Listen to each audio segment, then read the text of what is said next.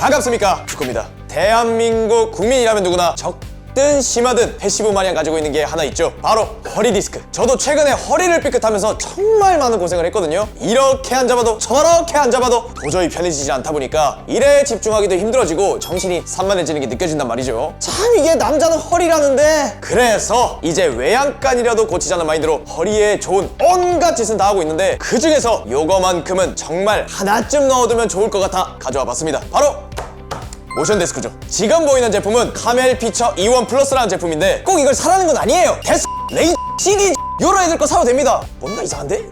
방금 다 삐처리 된 것 같은데?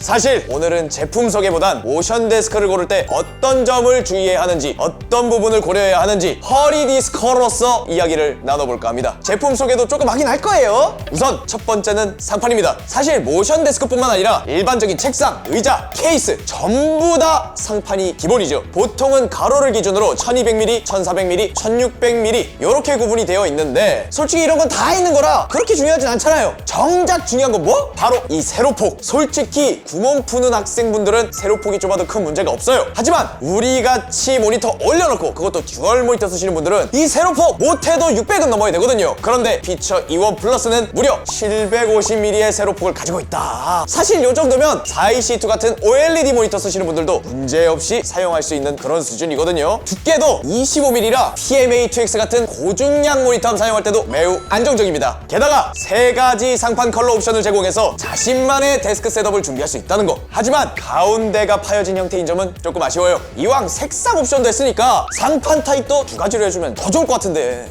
안 된다고?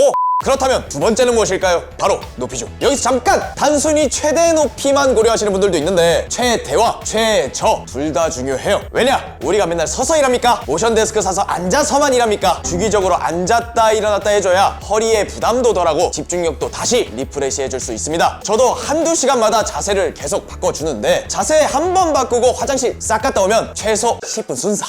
시중에 나온 상당수의 제품들을 보면 최저 높이가 730mm 정도부터 시작을 하거든요. 그러다 보니까 의자에 앉은 상황에서는 불편하다는 얘기가 정말 많습니다. 의자를 올려도 발이 닿지 않는 경우가 발생하니까 돈 쓰고 불편한 상황이 생기는 거죠. 하지만 피처 E1 플러스는 650에서 1080mm까지 조절이 가능해서 앉은 상황에서도 편안하게 사용할 수 있었습니다. 물론 최대 높이가 시중에 있는 제품들보단 살짝 낮긴 하지만 180에 가까운 저한텐 적당한 느낌이었어요. 물론 한 190cm 넘어가시는 분들은 살짝 불편할 수 있겠다라는 생각은 들어요. 이어서 세 번째는 프레임입니다. 사실 모션 데스크에서 가장 중요한 부분 중 하나라고 봐도 될 정도로 이 프레임은 절대로 대충 봐서는 안 되는 조건이죠. 보통 저가형 모션 데스크들은 하나의 얇은 프레임을 사용해서 사용 중에 꿀렁꿀렁대는 문제가 있거든요. 사실 이건 해당 제품의 설계가 잘못돼서 생기는 문제가 아니고 가격적인 부분에 의한 현실 타협의 문제이긴 해요. 막말로 20만원대 제품이 6, 70만원하고 프레임 두께가 똑같으면 둘 중 하나는 구라를 치는 거 아니겠습니까? 하지만 E1 플러스는 프레임을 2개로 구성해서 그 문제를 해결했죠. 물론 다리가 고가형 제품들처럼 3중 구조가 아닌 2중 삽입 구조인 점은 조금 아쉽긴 한데, 사용 중에 흔들리거나 불안한 상황은 전혀 없었습니다. 여기에 80kg까지 버티는 작은 고추 아닌 모터 하나가 들어가 있거든요. 요거 상당히 조용합니다. 그런데 모션 데스크에 대해 알아보셨던 분들이라면 싱글 모터여서 아쉽다 라고 생각할 수 있어요. 실제로 높낮이 조절 기능을 자주 그리고 폭이 크게 사용하시는 분들이라면 싱글보단 듀얼 모터 제품을 추천하긴 해요. 하지만 싱글 모터여서 상판이 한쪽으로 기울어진다, 싱글 모터는 책상이 무거워지면 출력이 떨어진다, 요건 아닙니다. 이건 말보다 행동으로 보여주는 게 더 좋을 것 같은데, 과연 제가 이쪽에만 앉아도 이 모션 데스크가 수평을 감당할 수 있을지, 한쪽으로 기울어지진 않는지 바로 확인해 보겠습니다. 자, 일단 앉아볼게요. 그 전에 제가 77kg 조금 넘어가거든요. 거기에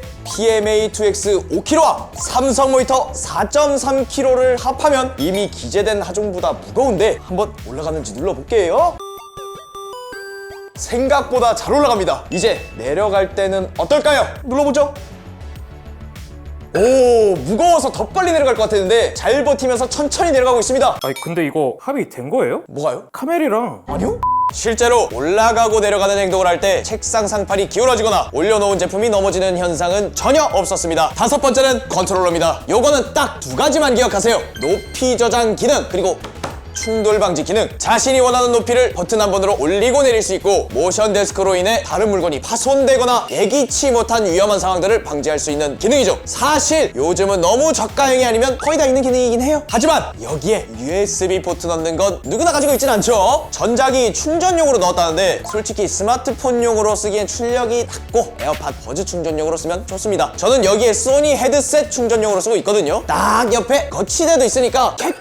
그러나 모션 데스크 하나만으론 묘하게 부족하다 느낄 수 있어요. 특히 우리 퀘이사존 회원들처럼 책상에서 밥 먹듯 PC 조립을 하거나 밥을 드시거나 밥을 하거나 그럴 땐 아무리 넓은 책상이라도 좁게 느껴질 수 있습니다. 그럴 땐 요런 사이드 테이블 하나 장만하면 정말 좋죠. 얘도 전동으로 높이 조절이 되거든요. 요거 은근 개꿀템입니다. 모션 데스크 사용자가 아니더라도 정말 유용한데 42인치나 49인치 요런 모니터 사용할 때 시청거리 확보 용도로 책상을 새로 사기보다 요렇게 앞에 붙여서 쓰면 싹, 게다가 전용 배터리까지 쓰면 책상 앞에서 쓰다가 침대로 끌고 갈 수도 있으니까 이게 혁명입니다. 하지만 두 제품 모두 최저 높이로 뒀을 때 이 사이드 테이블이 E1 플러스 밑으로 들어가진 않더라고요. 같이 쓰시는 분들은 사이드에 붙여두거나 사이드 테이블보다 높게 설정해 놓고 사용하는 걸 추천해요. 자, 이렇게 모션 데스크를 구매할 때 고려해야 되는 점들을 같이 한번 알아봤는데 앞서도 말했지만 이 카멜 제품을 꼭 살 필요는 없습니다. 하지만 저희가 그냥 광고를 받았겠습니까? 이 영상이 나가는 시점부터 오늘 소개한 이 두 제품 엄청난 할인 행사가 진행된다고 하는데 그동안 모션 데스크 고민만 하셨던 분들은 이 기회에 한번 접해보시면 좋을 것 같고 이 사이드 테이블 건덕이라면 4090 오너분들이라면 이미 구매 버튼 누르고 있을 것 같아요. 자, 그러면 오늘은 여기까지